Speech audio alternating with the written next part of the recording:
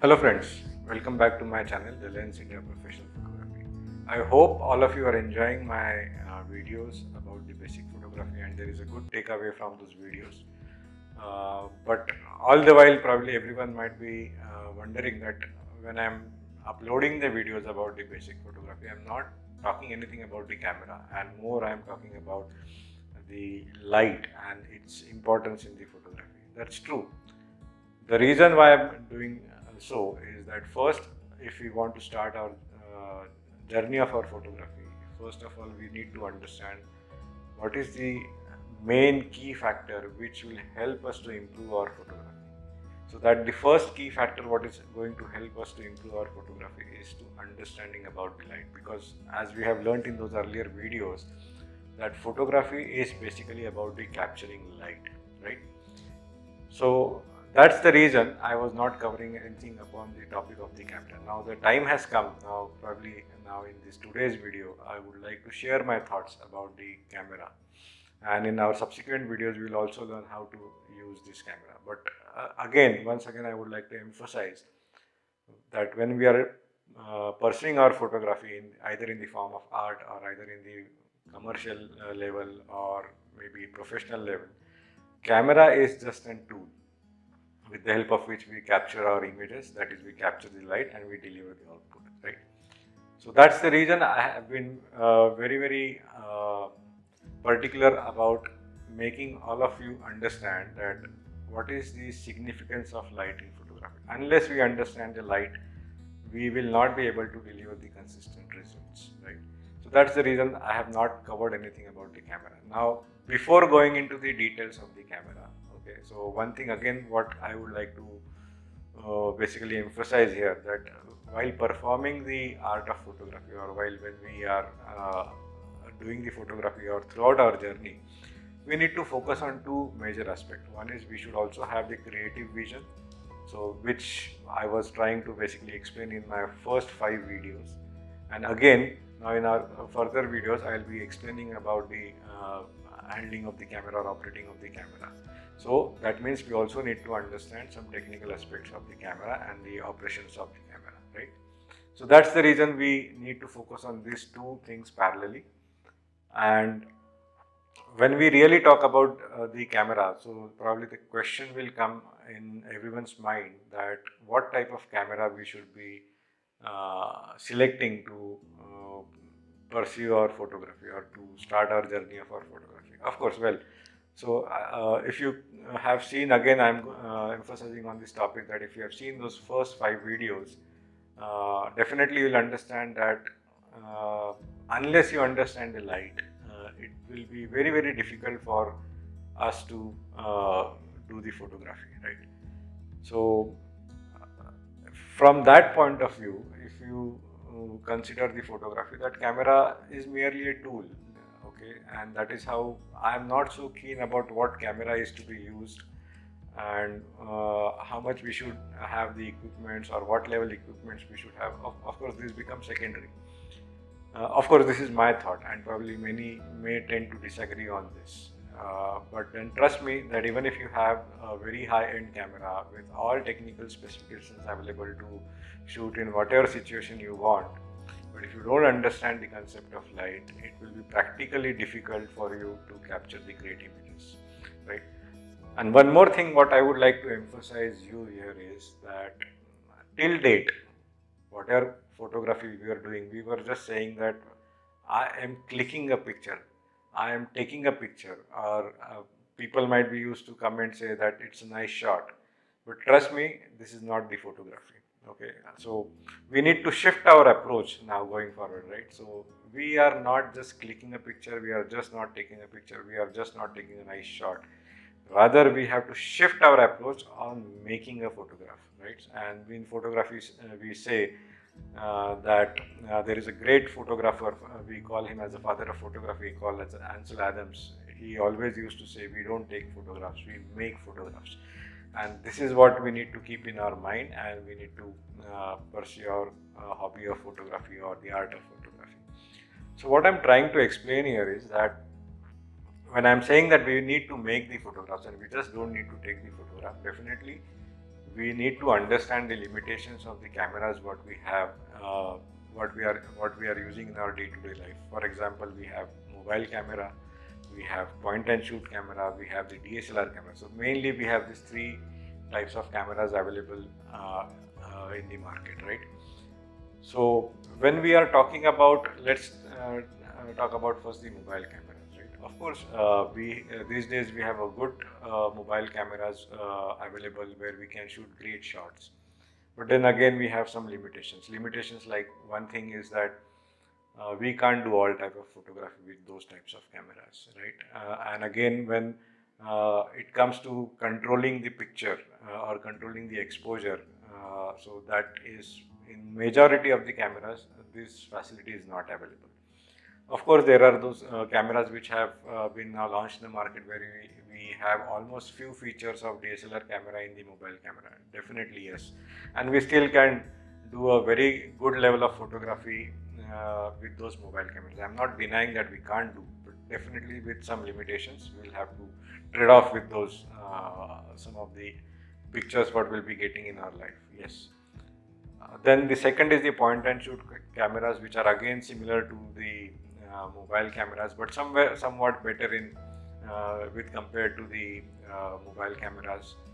And still, again, the same issue exists over here, that we can't have the control on our pictures when we are uh, taking the photograph. So that means whatever the, when you click the shutter button, whatever the output you get on your camera is the final output. Then the third level of the cameras, or the third type of the cameras, what we can say is the DSLR cameras, right? So in DSLR also we have many categories like the entry level cameras, mid level cameras, or the professional or the high end cameras, right? So if you are just starting the photography, and so I'll always recommend that, okay, let's start with the DSLR cameras which are of entry level, right? So there is no need of really investing so huge cost on the high-end equipments, because still you are basically in the phase of learning photography, and definitely when you become the expert in handling the cameras, where by that time your vision also gets developed, you also understand how to see the light, and you also come to know that what type of photography you are doing at the most of the times. Like for example, if you are only liking the landscape photography, or if you are liking the say sports photography or the wildlife photography or street photography, then accordingly you can upgrade your equipment and you can continue pursuing your photography in the art form or in the professional way. So this is the whole thought process what I just wanted to share with you at first place.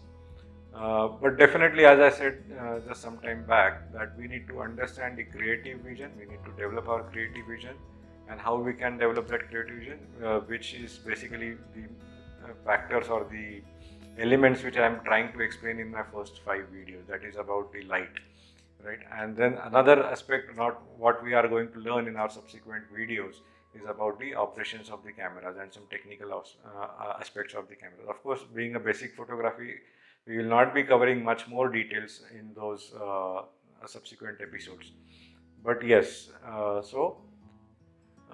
we have to put this together and perceive the photography. So this is one thing. Now, when we are going for the, when we have determined that we will be doing photography with the DSLR camera, so or per se when we want to select the camera, so what are the parameters or the what factors we should consider when we are selecting the camera?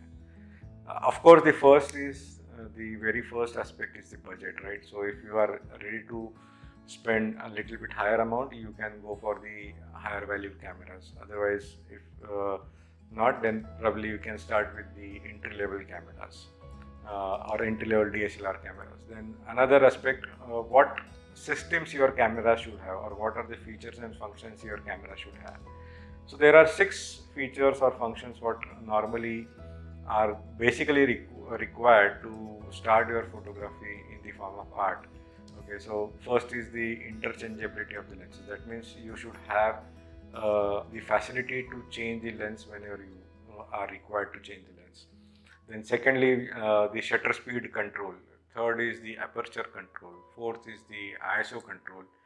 fifth is the focusing system, and the sixth is the built-in light meter. So if we have these 6 facilities or the 6 systems available in our camera, we are good to start our photography.